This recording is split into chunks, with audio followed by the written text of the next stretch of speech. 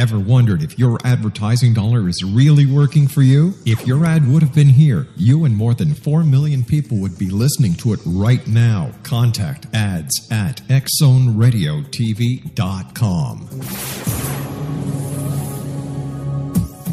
This is the X-Zone Broadcast Network, broadcasting worldwide on broadcast affiliates and satellite program providers, including CNN Broadcast Network, Sirius Satellite Network, Star Media, Good News Radio Network, Angel Broadcast Network, Wiki Broadcast Network, and WPBN TV. For more information on the X-Zone Broadcast Network, visit us at www.xzbn.net.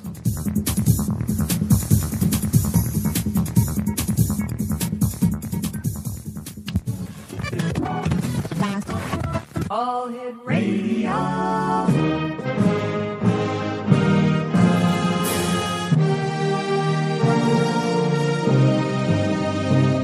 Welcome to the X-Zone, a place where fact is fiction and fiction is reality.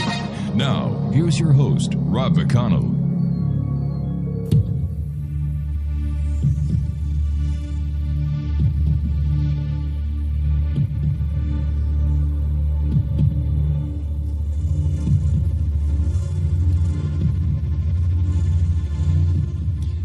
Welcome back, everyone. This is the X-Zone. I am Rob McConnell. We're still coming to you from our broadcast center and studios in Hamilton, Ontario, Canada, worldwide on the X-Zone Broadcast Network, the Starcom Radio Network, the Digital Broadcast Network, and the Digital Satellite Network. Worldwide, toll-free 800-610-7035. Email xzone@xzoneradiotv.com. On all social media sites, X-Zone Radio TV. And you can listen to the X-Zone 724-365 at www.xzoneradiotv.com. My guest this hour is Bridget Saraka. She is the International Feng Shui Guild CEO and Red Ribbon professional. She specializes in on-site and distant dowsing and space clearing for clients throughout the globe. Bridget shares an interesting perspective on how the environment impacts one's body, soul, spirit, and home. Her website, fengshuibybridget.com. And joining me now is Bridget Saraka. And Bridget, welcome to the X-Zone. Thank you so very much for inviting me to share space with you. I'm most grateful to be here. Well, we're so happy you're here with us. And Feng Shui, it is what I believe to be the best kept secret in the world. Oh, thank you. Can I quote you on that? You certainly can. You certainly can. Awesome, thanks. I've had the pleasure of meeting with Master Joseph Yu, having him on the show years ago, and my eyes were opened up to Feng Shui. And I found out that a number of banks always call in a Feng Shui consultant when they're building and designing the interior of the bank. I know that Donald Trump uses a Feng Shui consultant. And the casinos in Niagara Falls, and I'm sure other places in the world, but I know for a fact used a Feng Shui consultant in their building and planning and decorating of their casinos. So there's got to be something to it. And I was wondering if you could help us better understand what Feng Shui is, how it works, but first of all, how does our environment influence our body, soul, spirit, and our home? Well, to your point about many people bringing Feng Shui consultants in to help with very successful commercial buildings, yes, they do. Now, how it influences, I always look at Feng Shui from the body, soul, spirit standpoint, as you said. Right. And it's being really aware of what is in the environment energetically that can be either positively influencing our health and vitality or energetically compromising our health and vitality. So, for instance, the land can hold some energies that have a magnetic field that can compromise our magnetic field and therefore disrupt our immune system, trigger our emotional body as well.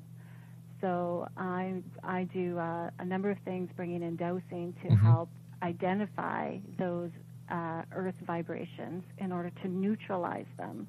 so that people have a more healthier environment to support their physiology. How would you neutralize an earth force or a natural force? Well, earth force and natural force is all energy. So I apply energy to the energy to either neutralize, clear, balance, and transform the non-beneficial energy that is compromising my clients. So I adjust, so I meet energy with energy and adjust the frequency, which I know sounds really woo-woo, but no, it doesn't sound that woo-woo. I'm just trying to figure out, if you neutralize an energy like that, what happens? Excuse me. What would happen if you neutralized a necessary energy? Well, I focus on non-beneficial. Okay. So it's all in the language. So words have significant power. So when we're dealing with frequency and vibration, it's understanding the language that we're using in our question to receive the most optimum answer. So when I'm doing my dowsing, I use a dowsing rod. Right. And so when I do, and before I go into any work, I do a personal clearing as well, because we are frequency vibration ourselves, and we are susceptible to the energies around us. So I do a personal clearing, tune in, and then ask for non-beneficial. So with that, to answer your question, when you're asking for non-beneficial, you're not going to read a line that is beneficial. So would you Does that use? make sense? Yeah, it does. Would you use a bagua in your consultations? I do the bagua for the Feng Shui perspective. Right. So I use the bagua map. I do form school. So Joseph, I think you said Joseph Yu that you had interviewed before. Yeah. He's more classical. So classical, compass school, they use traditional term as well. Right. I do form school. Form school is the oldest school of Feng Shui. It was originated in the mountainous regions, and so it was looking more for land formations and how to, what was most optimum, and really looking at the land to give clues on whether or not it was healthy, so if vegetation wasn't healthy or not. So I used the form school bagua, which is more from a three-door approach. So it's applying the bagua to the mouth of qi, not based on direction, as classical or compass school does. Okay, so how do you and why do you incorporate dowsing into your consultations? Is it because of the energy that you're trying to establish whether it's a good energy or a bad energy? Well, I apply dowsing first and foremost, and not all clients choose. I have various packages that clients will ask for, but the number one thing that people call for is the dowsing and space clearing, and it's important before Feng Shui, because to do Feng Shui is like going shopping and finding a gorgeous outfit and putting it on without having a shower, right? So Feng Shui, bringing the dowsing and space clearing in, it really sets a solid foundation to neutralize the earth energies that can be compromised in that health, body, soul, spirit aspect, and then creating and bringing the Feng Shui in to stabilize and to anchor those areas based on the bagua, so the life aspirations, to anchor them in a more solid way. So the dowsing space clearing creates that clear platform, so it's like giving you a brand new canvas to build your life aspirations on. So, and that's the Feng Shui part. So what would lead someone to calling you as a Feng Shui consultant? Oh, there's many things. I generally have people call me mostly for the space clearing. So 90% of my clients call for the dowsing and space clearing, and the reason for that is that they may have moved into a space with pre-existing energies that are not compatible to theirs, so their language would be, it just doesn't feel right. Right. They may have had somebody with illness or divorce, or if there's fights. Sometimes I often do places where there's been trauma, so where there's been physical abuse, or if there's been a murder, something like that. So you do the clearing to release, neutralize, clear, balance, and transform. That's the language I use. Neutralize, clear, balance, and transform the non-beneficial energies from the space to create that balance, as I said. So that's the number one reason people call me. Sometimes they'll call thinking they want Feng Shui, but once I ask them, so when somebody calls me, I just, I ask them, what is it that I can help you with? and they'll tell me their story, and through their story, I have a clear idea that perhaps it's they would best benefit from the dowsing and space clearing first. So I'll go in and share with them what I do, and they can surmise from the various offerings that I have which one suits them, and 99.9% of the time it's the space clearing first. When clearing accident sites, what have you found to be the most effective way of doing this, and why do you think that is? The most effective is, I do on-site and distance. I find the most effective is on-site when I'm working with the client. If there's been the survivors, for instance, if somebody has passed away at the accident site, to have family members come, we do, I would say it's a ceremony. So we do a ceremony on-site, even if I've done it on a highway with the clients, and it helps the client to disconnect from the energetic cords. So what happens is when there's an impact, the energy becomes a tangible thing. Right. And then it's compounded by people's emotions, whether it's family members or the people reading it in the media, family. So all of that energy, because where you focus your energy, that's where it goes. So it becomes this really big, tangible thing that is multifaceted and has multiple people's emotions attached to it. So by the clients being part of that, I can help with the disconnect of those energy cords, help with any soul retrievals from the people who have passed or have been part of the accident, help with them as well, because when there's a trauma, whether physical, mental, emotional, or energetic, the soul can fragment. So it's about neutralizing, clear, balancing, and transforming the root cause of that, which would be the accident, and then healing those aspects so that they can be integrated into the whole. And I find that a lot of times the survivors also have that emotional, the soul retrievals, like they have become fragmented because of the emotional impact, and so helping them move through that. And when you do clear an accident site, or I'm able to assist clients with the accident site, they can go in and what I mean by go in, their internal journey becomes more fulfilled, and they can move forward in their life without the emotional turmoil and attachments to that. Where has been the strangest place that you have ever asked to be cleared? Strange. I guess you have to define what strange means. All right. I hear so much, so nothing really kind of shocks me. So really, huh? Yeah. I think the accident sites for sites where there's been murder, right, to go on to property where there's been remains found many, many years ago, and people are moving and clearing that. A lot of the distant stuff. Yeah, I guess strange is an interesting word.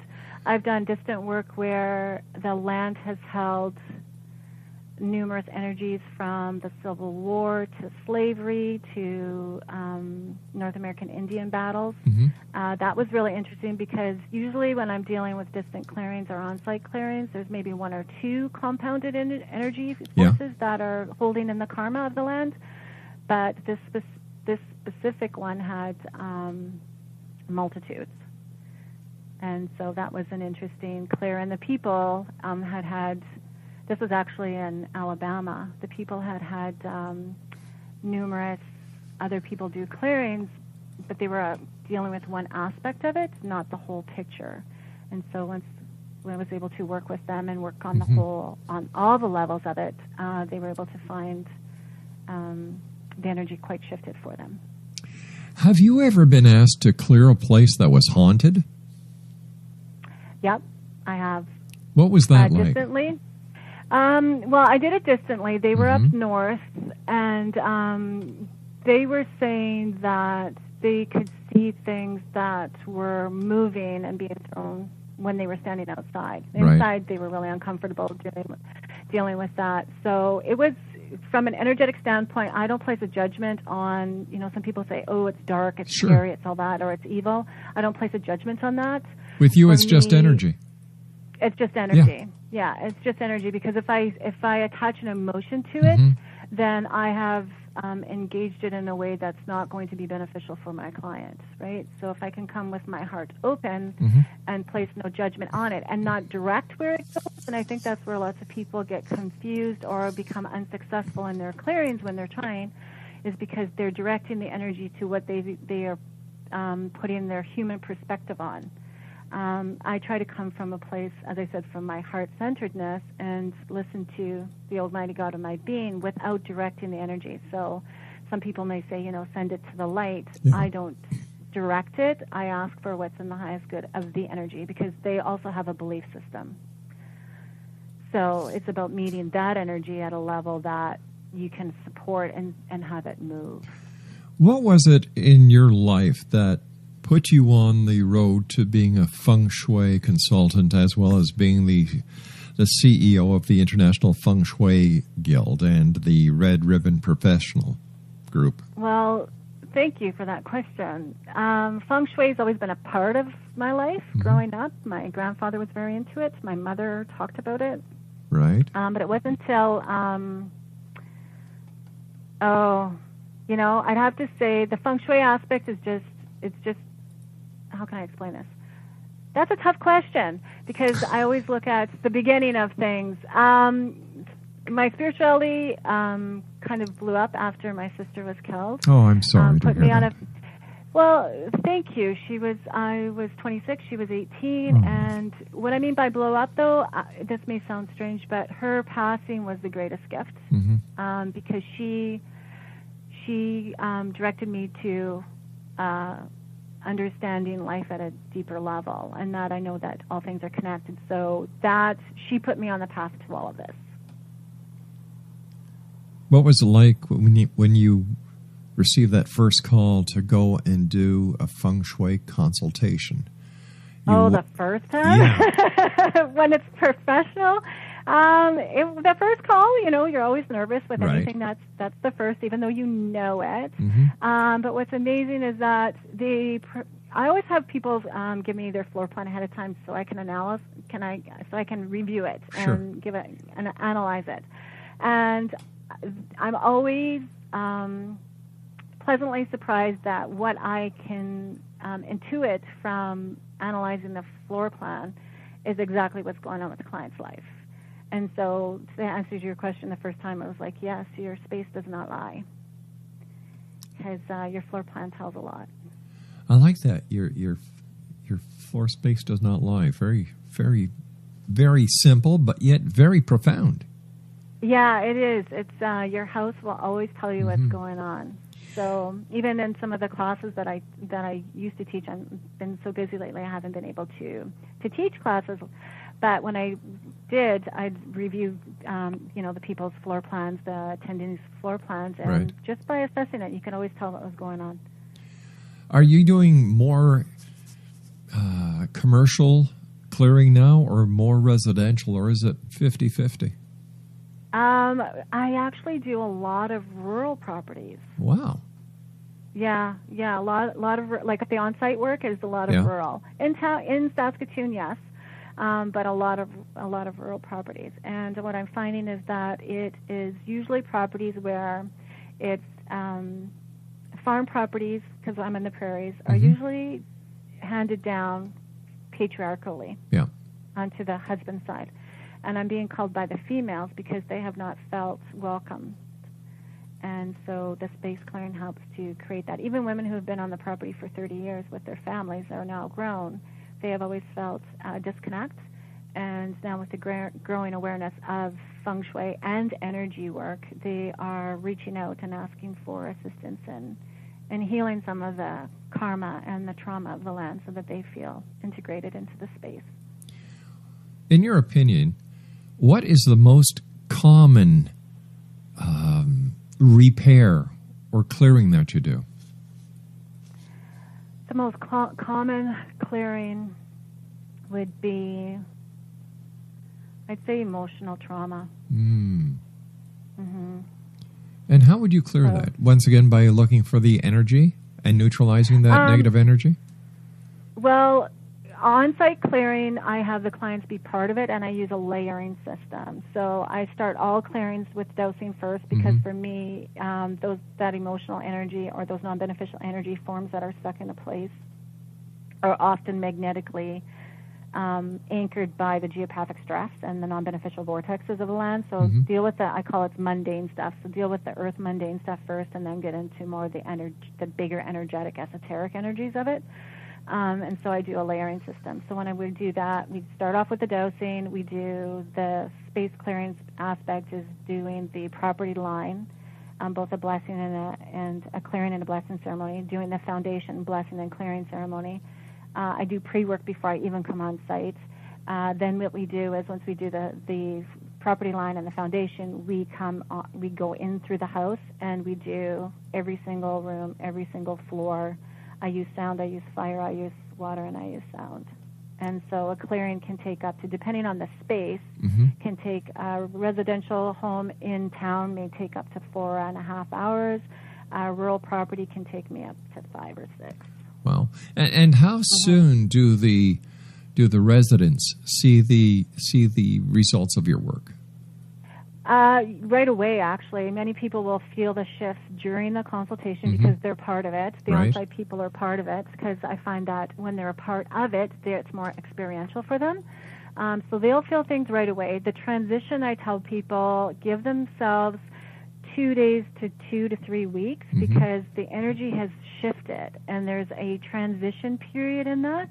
And often what happens if during the space clearings, I often will clear people as well, because a lot of times the energy forms or energy attachments within the space are often attached to the people. And so clearing the people and the space helps those energies to transition much quicker. So I explain to them that, when they're doing that, they again will go through transition with that.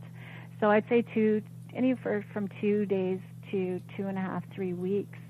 People who don't have space clearings or don't have personal clearings, say for instance if it's just a wife that's present and the husband comes on, give him some time to transition, because what happens then, he's now coming into a new frequency. His energy has to adapt to that and adjust. So sometimes even children who've been at school during the day when the clearings happened, they might not sleep for the next couple of days, because again their energy has to adapt to the energy that has just shifted. I can understand the clearing of a space, neutralizing the energy, but how do you neutralize the energy of a person? Well, with the people, I'm neutralizing, clear, balance, and transforming any attachments when I'm working on site with the space. I do personal clearings. That's a whole other topic, because then there's layers to that. Right. But during the space clearing, when I'm working with people, I'm working with neutralizing, clear, balance, and transforming the non-beneficial energies that have attached to them, that are residing within the environment. So it's like going for a walk in the park, and there's ticks there, and then they're attached to you. It's about clearing those off of you. So I've had people that, you live in an environment with a non-beneficial energy forms within the home. Some people would call them ghosts. Yeah. They feed off an energy frequency, right? It's like that's sometimes what keeps them there. So it's not just a matter of clearing them from the space, because often they're energetically attached to the people. So clearing the people as you're clearing the space. In my work, I find that's the most successful, of actually having them go. Bridget, please stand by. We've got to take our news break at the bottom of the hour. Exonation, Bridget Saraka is my very special guest this hour. Her website, www.fengshuibybridget.com. And Bridget and I will be back on the other side of this commercial break as we continue here in the X Zone from our broadcast center in Hamilton, Ontario, Canada. Worldwide toll-free 800-610-7035. My email address is xzone@xzoneradiotv.com. On all social media sites, X Zone Radio TV. And you can listen to the X Zone 24/7, 365 at www.xzoneradiotv.com. We'll be right back. Don't go away.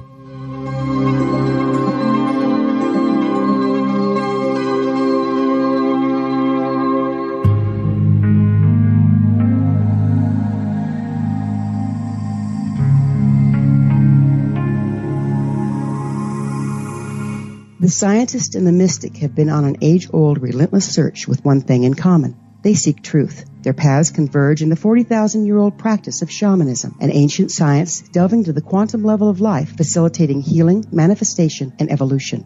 I'm Gwilda Wiyaka, the founder and director of Path Home Shamanic Arts School, a unique Colorado State certified occupational school training shamanic practitioners and teachers.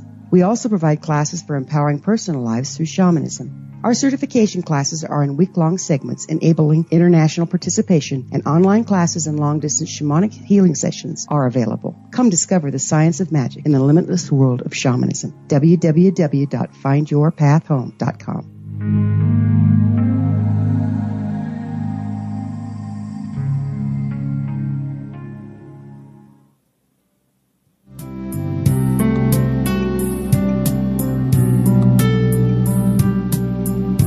What if Jesus came back now and insisted that we listen to him? How would the world be different if Christians really followed the Gospels? For 2,000 years, we've been practicing a religion. Now it's finally time to get it right. Read Liberating Jesus, new from Roberta Grimes. Meet the Jesus you never knew. Roberta uses afterlife evidence and biblical analysis to prove that Jesus is exactly right. Learning the lessons that he came to teach is the reason we are born at all. Roberta says he has come back now to insist that we actually listen to him so we can begin to use his teachings to unite and transform the world. Liberating Jesus on Amazon, October 1st, and then wherever books are sold.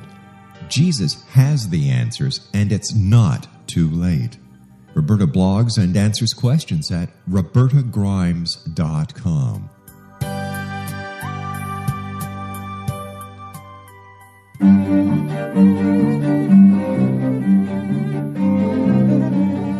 Good real estate websites are not just about showing listings, but offering visitors valuable information about neighborhoods, market statistics, tips, and personal insights. Luckily, you will find that on Roost, but you won't on many other real estate websites in Budapest. That's why we created Roost.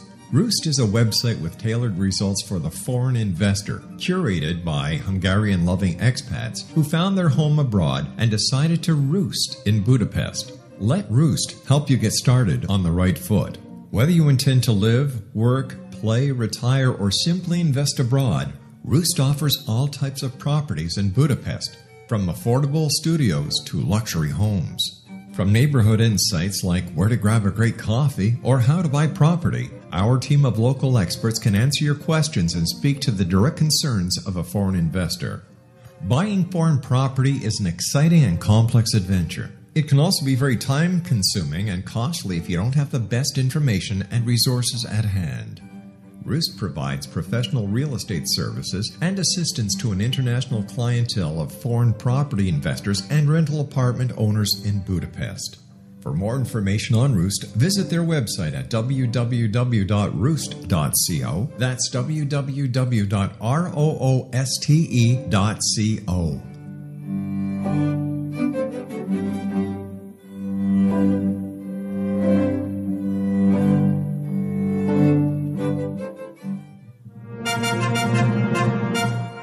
Hear ye, hear ye! The king has just announced the release, no pun intended, of the latest book of comedy, The Endearing Fart by Eileen Dover, noted fartologist.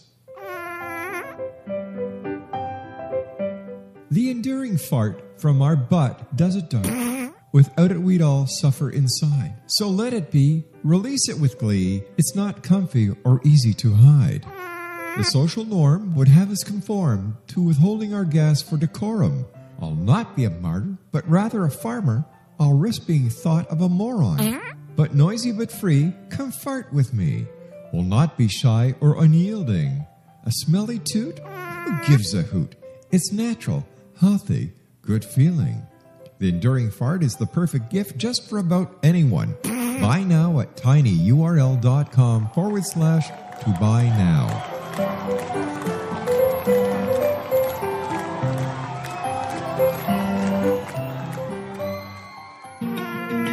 Wouldn't you love to know the secret to everything? Well then, meet Dr. Kimberly McGeorge and her cutting-edge breakthrough knowledge that combines science with possibility. Dr. Kimberly brings real-life answers and healing to those open to alternative solutions. She teaches solution-based programs and classes that will change all areas of your life forever. Specializing in conscious creation, intuitive readings, and energy medicine, you can rapidly shift health, relationships, business, and money and abundance challenges quickly. Receive her best-selling book, Secret to Everything, at no cost by going to secrettoeverything.com/X-Zone. That's right, transformation can start now. Just go to secrettoeverything.com/X-Zone and receive Dr. Kimberly's book for free.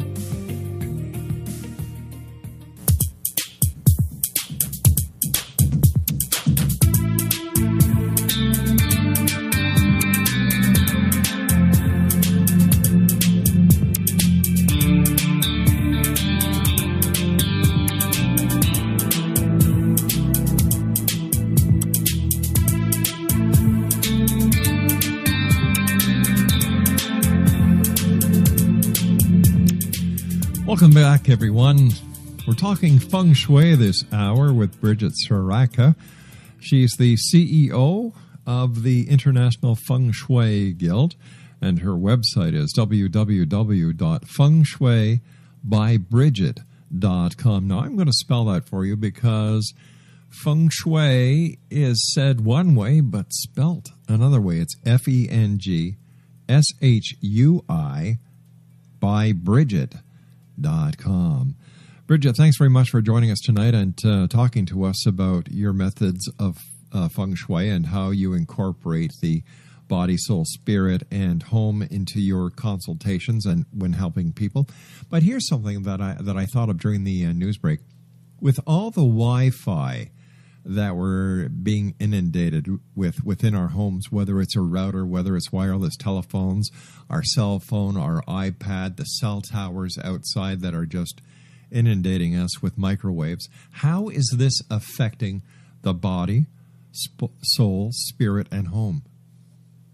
Oh, that's an excellent question. So with the electronics, we're talking EMF, yeah. electromagnetic fields, and then I call the cell phone towers interference lines. So when I'm doing my dowsing, I deal with each one of those independently. Mm-hmm.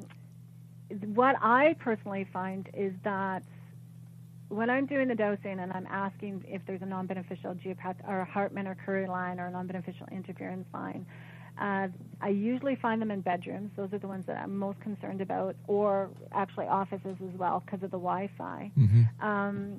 I generally will find the line shooting across the bed, and then when I'm asking the clients, and when I do a questionnaire with clients, it's, do you have any chronic conditions? And most people don't pay attention to their chronic pain. So when I find a line across the bed, I'll often ask, depending on where I see the line, do you have any leg issues or migraine headaches, pain, in the region where the line's cutting across? And 90% of the time, it's yes. So then I deal with the energy again. It's a frequency, right? It's all frequency. So dealing with the frequency in a way that I address it is to neutralize it. Wi-Fis and routers, they're notorious for creating the interference lines. The best bet is, from a Feng Shui perspective, outside of the dowsing perspective, is to have the bed placed as far away from any of these lines as possible and away from the router, away from the electrical panel as best. I've been in lots of homes where the bedroom is literally above the electrical panel and the Wi-Fi is generally right, like the router's right beside that. And you'll find people who have chronic pain, insomnia, all kinds of physiology issues that are going unexplained in the medical field. So if we can either move them from the cause or energetically, or a combination of both, actually. Interesting. If that answers your question. How do you do remote clearings? This has got me a little amazed that you can actually do it. Thanks. Well, remote is, I have the client's address, usually a photo. I do personal clearing first and foremost. I have a studio space in my office that I am able to create a sacred space that holds the energy.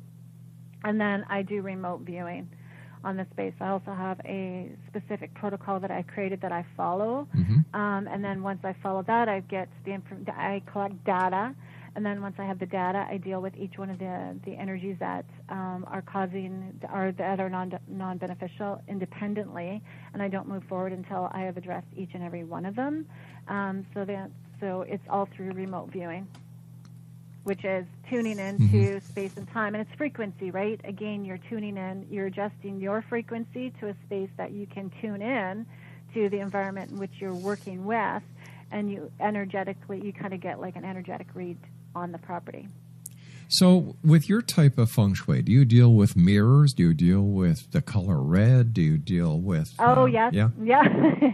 Yeah, so color is very specific.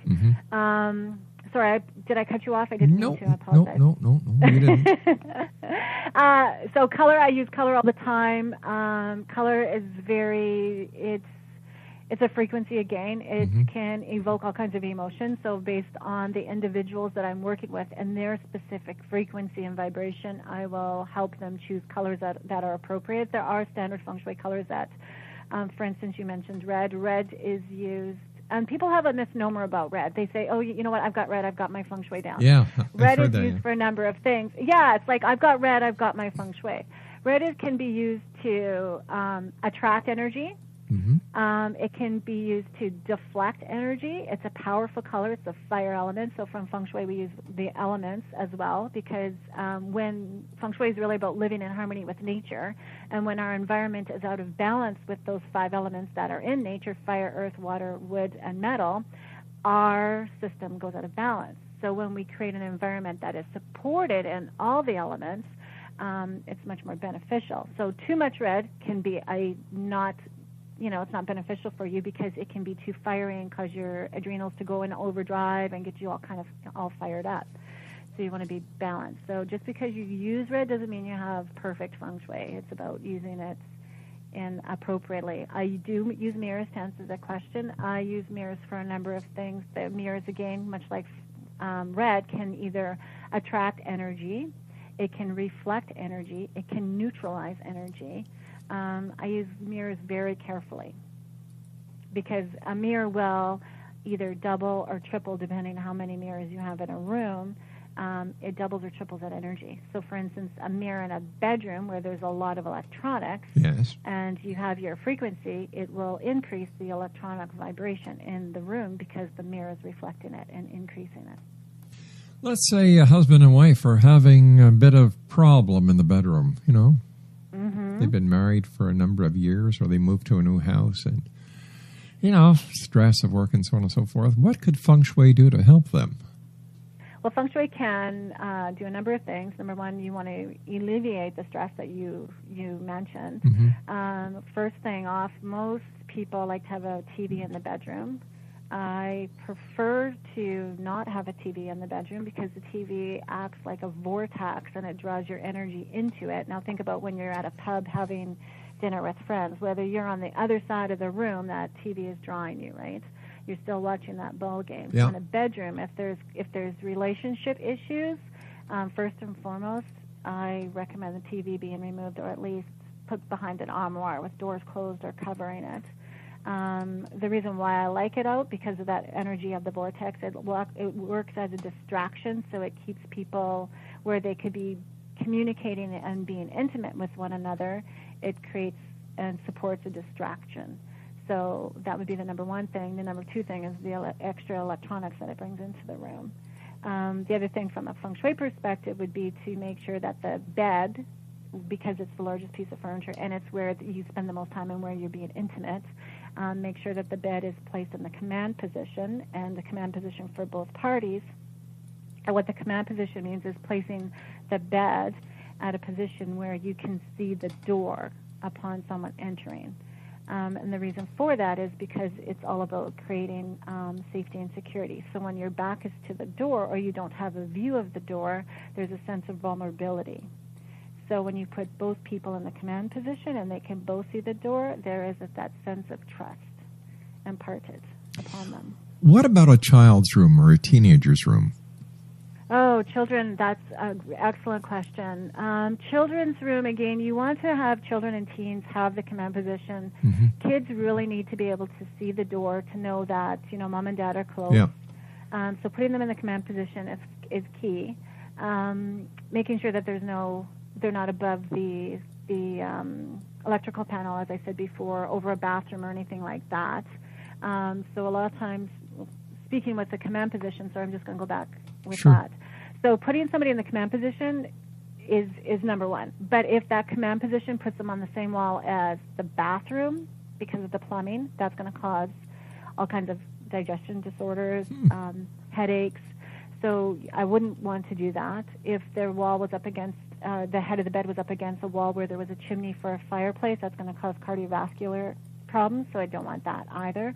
So I would choose the best placement, and that's where on-site is most important in order to choose that. For children and teens, command position is key. And for kids, little tiny kids who are afraid to go to sleep at night, the picture of the family beside the nightstand really helps to have the children feel more secure, that they're not alone, that mom and dad are really close at hand. It would almost seem beneficial for anyone who is contemplating on buying a new house if they have, if they're able to get the plan for the house from the real estate agent before buying it. It would be a great idea to zip it over to you for your expertise. Absolutely, I work with lots of people in finding the best home. Yeah. What I usually ask them to do is, find their short list. Give me 3. I'll review the floor plans ahead of time, check the MLS listing, do a neighborhood, Google map it, and then usually go on site and look at houses. In fact, I worked with one couple this summer, and we looked at 25 houses before. Oh my goodness! And I'll bet you they're as happy as anything in their new home. They are happy as anything in the new home. Yep. Exo Nation, our guest this hour is Bridget Saraka. She is the CEO of International Feng Shui Guild, and her website is fengshuibybridget.com. What's the connection with Feng Shui with ponds, fish, and coins? Okay, so ponds are considered water elements. Yeah. Because of the water, of course. Yeah. Water represents wealth and prosperity. Mm-hmm. It is really associated with 2 guas, best used in 2 guas. So gua meaning single, bagua means 8. Mm-hmm. Even though there's 9 trigrams, or we're at 8 trigrams rather, but there's 9 squares or sections within the bagua. Yeah. So there's 2 that resonate to water. Wealth and prosperity would be 1. Career and life path is another. And because water's movement is also the emotional body, and I look at the chakra systems as well. So depending on which gua you're working on and those. So you want water that's vibrant, healthy, has a nice gentle flow to it. You don't want water that's still and stagnant, because that's going to just slow things down. So when you're looking at raising your finances or really have movement in your life, you'd want to bring in some water. Fish are considered good luck, and coins are also good luck. Those are more traditional Chinese recommendations, and I generally don't make those recommendations, actually. I will often bring in water, and I'll bring fish in and artwork and stuff like that. But I don't generally use the traditional Feng Shui recommendations.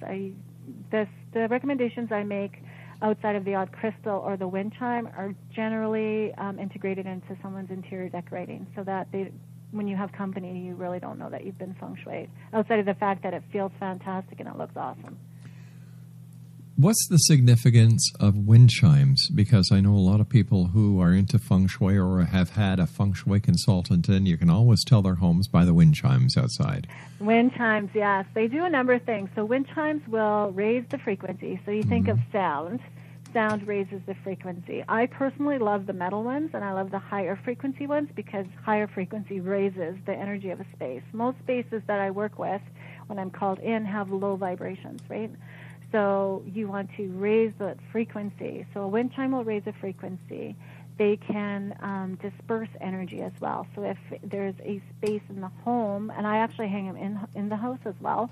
So if there's a room that's stagnant, we will hang one in a window that will have through airflow, if the window's open, will create movement in the room and raise that energy as well. Cool. So it's about calling the energy forward. So if there's a gua in the home that needs an extra boost, where I can hang it in a window so that will raise the vibration or raise the chi, we'll do it. How about Feng Shui for landscape work? Does this also have a significance on what happens in the house? Absolutely. So the energy that meets you at the curb carries through into the house. So when you come home from a long day at work, if your curb appeal does not greet you and embrace you and make you feel uplifted, it's either going to, pull your energy down. So Feng Shui for landscape, I love it. I do a lot of xeriscaping because they're very, xeriscaping is like no lawns, all with vegetation and some hardscape. I do a lot of landscape design because it does really, the curb appeal is huge. Yeah. It raises the frequency of the neighborhood, it raises your frequency, and how you do that is that you have the energy meandering into the home and it carries forth throughout the space. And I'm really big on, especially backyards. Most people don't, they'll have a deck attached and they won't even think about stepping off onto the lawn, And so I'm a big fan of creating outdoor spaces and outdoor rooms so that every square inch of your property, exterior and interior, is used to its maximum to raise your vibration. So you're actually creating sacred spaces within sacred spaces. Yeah, so can someone bring in energy if they're outside in a backyard that hasn't been feng shuied and they walk into the house? Can they bring negative energy into the house with them? Oh, yeah.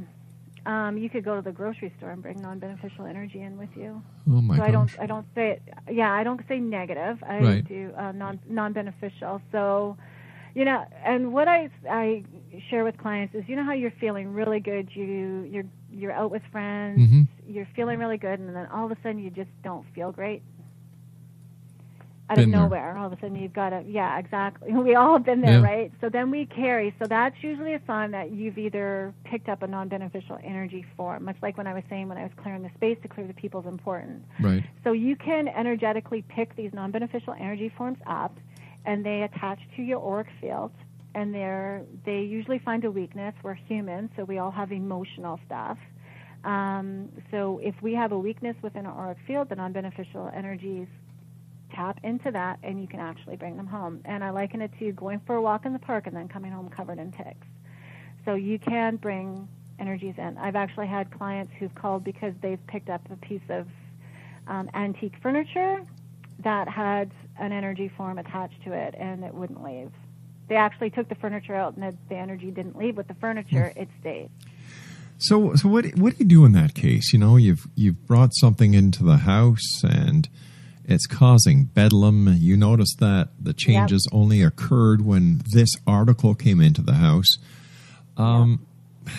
Besides if somebody was to realize that, all right, it's that chair we bought at the yard sale, it's got to go. If they get rid of it, does that solve the problem?